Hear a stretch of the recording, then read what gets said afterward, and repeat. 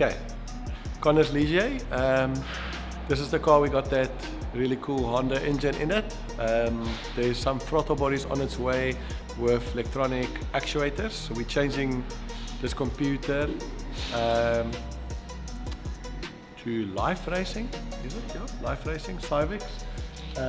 So we need to put an electronic throttle body in it. So we got this very nice pod. Marco made all the stuff. We're going to connect this to the throttle pedal over there, and we're going to do some refinement to this. So this is just our prototyping that we got going here, because normally the throttle body would actually return the throttle pedal. So we got some springs on it. Caleb made this aluminium bit, and then we're going to connect this pod to that lever moving down. Also, we want the lever to move far enough so that we have enough resolution to have a nice smooth throttle pedal. So that is what's currently going on in this car, but mostly waiting for other parts to come. And then on the car that we acquired yesterday, this car has been suffering of understeer. It's also had sort of road car LS diffs in it. At one point it had a quaife diff in it, which didn't work at all. Currently it's got a lock diff in it. So I'm going to try and limit the droop at the back so that we can actually lift the back wheel into the corner, so like a go-kart, so it doesn't bind up. And then as you accelerate, you'll put that wheel down. I'll handle with what that does at that point in time, and you sort of come sliding out the corner. Put a lot more caster on the front to help it turn that mid-corner, and also help to lift up that wheel caster, yeah. And to see how we can optimize it.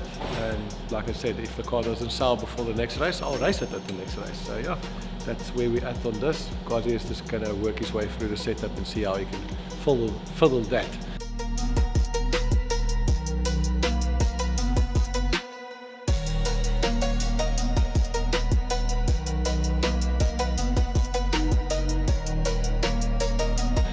My dad managed to snap change his way through a clutch, so Marlon's going to pull the clutch today and just do a very common refurbishment on it. On these clutches, it's just a fiber clutch. You can send it to one of the good clutch people around, and I'll just replace the fiber linings on the clutch if there's no other damage, maybe a skim here and there. So yeah, another good day in paradise. We are waiting for the Yaris to come back from the dyno. Paul is setting up the shifts and the stuff. There is a problem with the pneumatic pump that's supposed to do the paddle shift, so that's something that needs to be sorted out in the future. And then the shocks are here that we can fit and get that car done for them. Do you want to maybe, the shocks are nice. We want to show them the shocks. Yeah.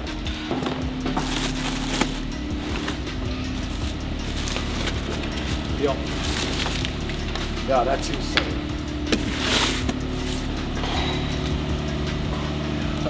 The smile on Gazi's face when these came in yesterday. Gazi and Caleb. Obsession with stuff that goes off-road.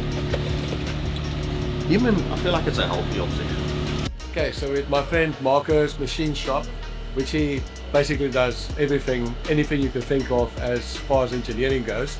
But he's got a shelf here just for racing car stuff. Some of the coolest stuff is this throttle body adapters to put M3 throttle bodies on a 328 or M50, M52 motor. Other thing he makes is he makes these bonnet clips, which we've basically redesigned and tested over years. They don't come off. Some of the other stuff he makes is wheel studs. People don't realize that Marco makes wheel studs, so he's got these stuff in stock. He coats them so they don't rust, so yeah, high quality wheel studs. And then yeah, you can see this is the trailing arm bushes that he's made in the past for us. Yeah, he's got a whole bunch of other stuff like the control arms and stuff that he makes for us. Over the table there you can see he's made some wheel spacers for some people. Here's the gear lever he makes for us. And then he makes wheel spacers, shock mounts, whatever. So if you need any engineering help, then yeah, you know who to call. Connor's pedal box for his Ligier. Yeah. Yes. This is what we've just made. It's obviously not permanently welded. Carl Caleb made this arm here. Okay, so if you go flat out, moves like that. Yeah. We want to connect this to this. If anything happens on this side, failure, this will always close it. Yes? Yes. Okay, and this seems very plausible, you know, to connect it to that. Yeah.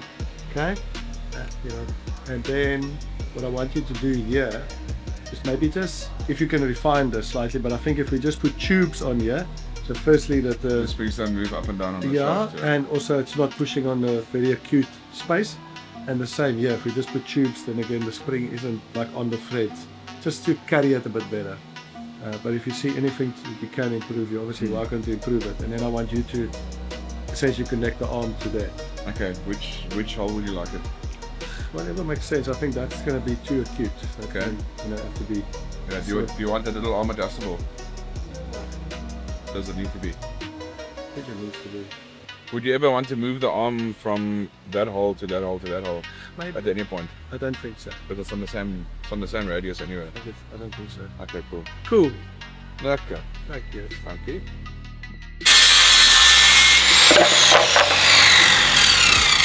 What's cutting? What are you cutting? Oh, cutting out splitter.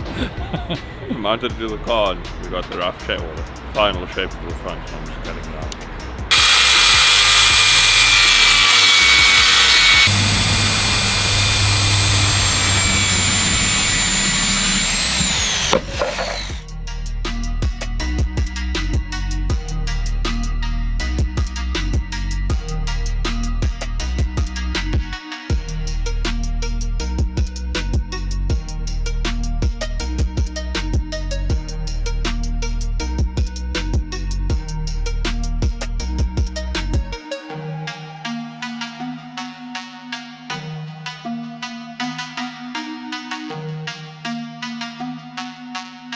So we got the Yaris back from Paul. Sequential shift is now working. When you shift up and down with the sequential gearbox, ultimately the engine speed, or the speed that the engine can slow down and speed up, is how smooth the gear changes ultimately will be. And with this car being essentially a road car with sequential gearbox or road car clutches and stuff, the flywheels is a bit on the heavy side, and also the small nature of the engine. So on the downshifts, the engine actually can't speed up quite enough, even though the throttle goes to flat out. In that moment, the gearbox is in neutral between teeth. It actually can't speed up enough. So the downshifts aren't as seamless as anybody would want it. So there might be a lighter clutch flywheel assembly in this car's future, but that also might be that the customer is completely happy with the feeling and drive it just fine. The upshifts are perfectly fine, especially when you're trying to accelerate nice and fast. It's just confident because it just cuts the power for a moment. Okay, so somebody asked about shocks, or what's the difference between high performance shocks and sort of road going shocks. Road going shocks are first and foremost made to be cheap. They make a lot of them, they fit into a lot of cars. Not obviously not extremely cheap, but within reason. It's, you know, they have to make a lot of them. Where obviously performance shocks, you can make more one-off pieces, and it's more down to performance. The other thing with road car shocks is ultimately it's for highway use. You might do long stretches of just, you know, cruising on a highway. Yes, you might do some corners, but you're not pounding on a lap after lap or corner after corner. And also you might do some corners and slow down, and a shock has time to cool down.